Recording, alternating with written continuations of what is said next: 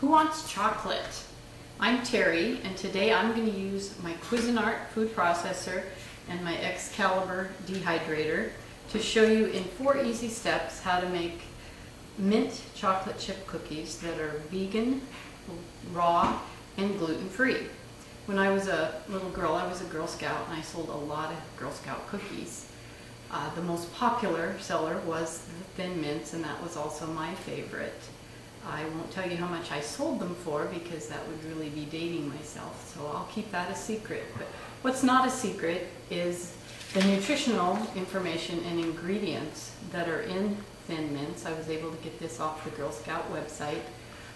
These have ingredients that I'm either allergic to or intolerant to, including wheat flour, which has gluten in it, whey, which has cow dairy, there's sugar in there, and soybean oil. So also something that none of us should eat is the partially hydrogenated oil. So because I can't eat these, I really set out on a mission to find a cookie with the flavors that I enjoyed as a child, but without all of those ingredients.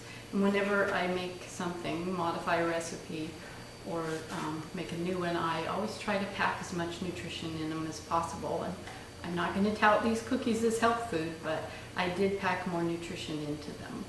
So let's get started. The first ingredient that I'm going to put into the food processor is almond meal. And I purchased the Bob's Red Mill brand to save time and to get the right consistency.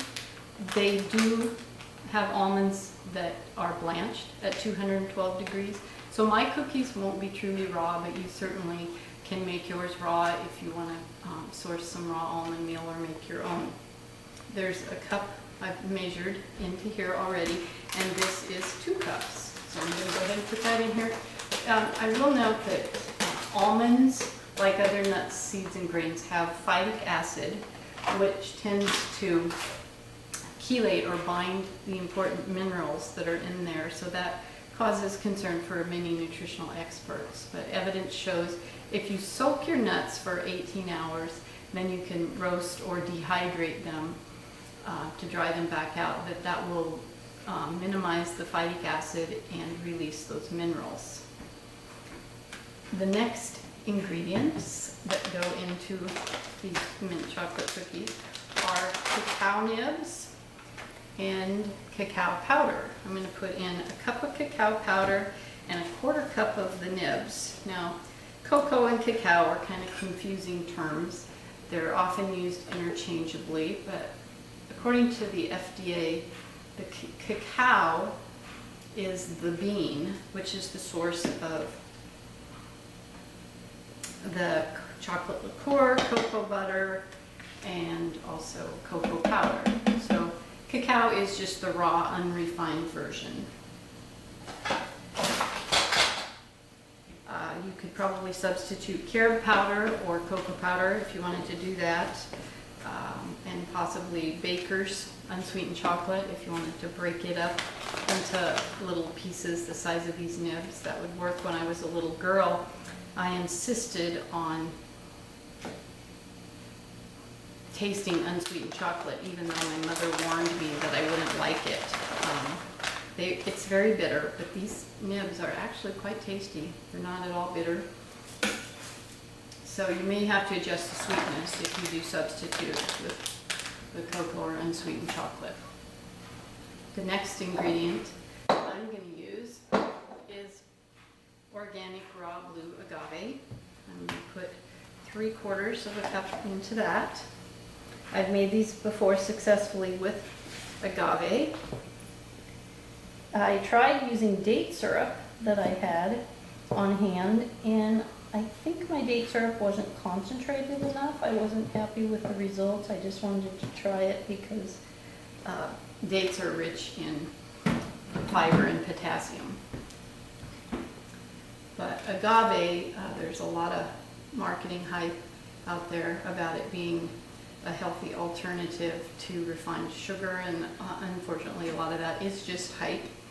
Yes, it does have a lower glycemic load than sugar, and it has some calcium iron in it, but it is composed of glucose and as much as 55 to 92% fructose. And fructose, unlike other sugars, goes straight to the liver where it's metabolized and then is more likely to be converted into, released into the bloodstream as triglycerides or converted into unhealthy fats.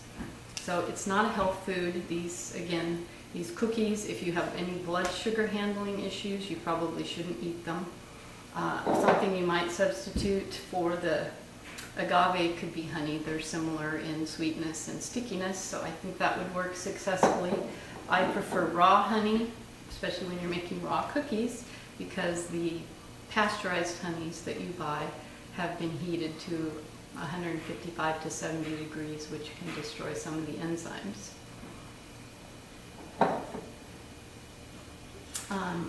The fat that I'm going to use in the cookies, if I can get the lid off, is coconut oil. And coconut oil is rich in choline, but it's gotten a really bad rap for being a saturated fat.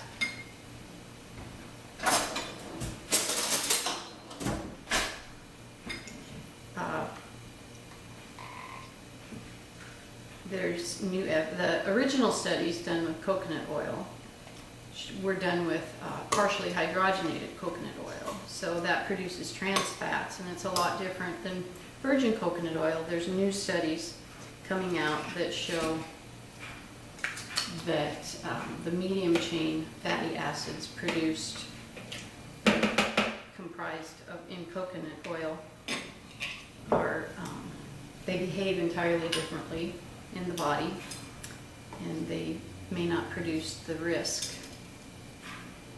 of heart disease. But the jury's still out for many nutrition experts, so you might be wise to use moderation when using coconut oil. I love the taste of coconut oil, but some people don't. It's a very subtle taste in these cookies. There's not much of it. So I do like that about it.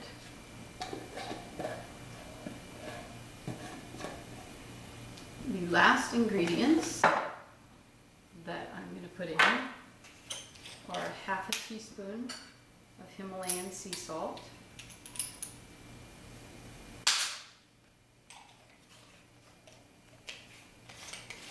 and a few drops of this very potent organic spearmint oil.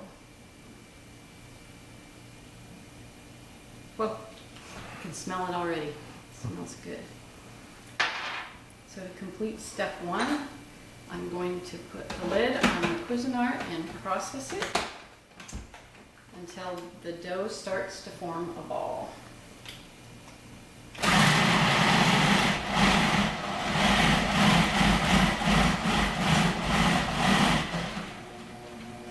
So once your dough has been mixed up to a consistency where it's not going to stick to everything, meaning you may have to add a little bit more almond meal to get it that way. You can put it onto parchment paper or a rolling mat like I have.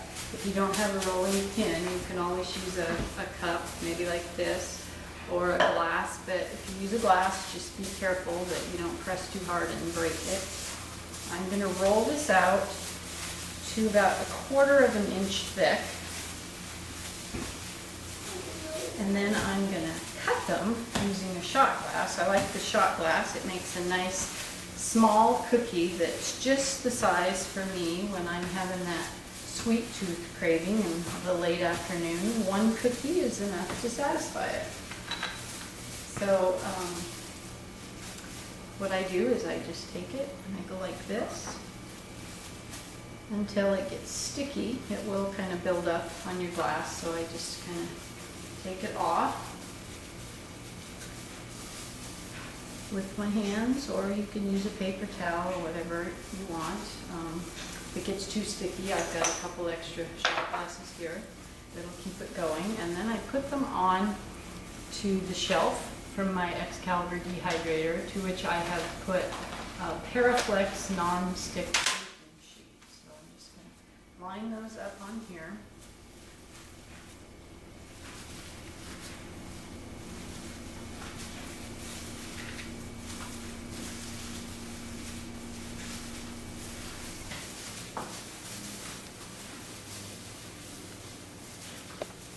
Once you have all of the cookies cut out, they're ready to go in the dehydrator.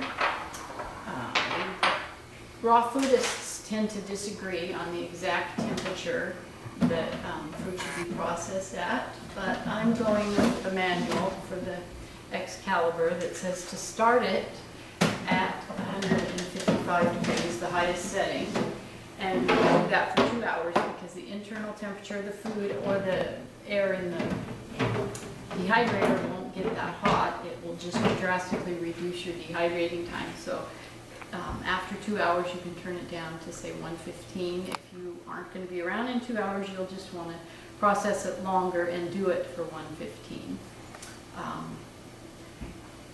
As far as nutritional value goes on these cookies, I think I was pretty successful in making them healthier. Here's what they look like finished, and they are quite good. My cookies, compared to the Thin Mints, have more nutrients. The Thin Mints have more than twice as much saturated fat and more than 3 times the amount of sodium. So I hope you enjoy them as much as I do.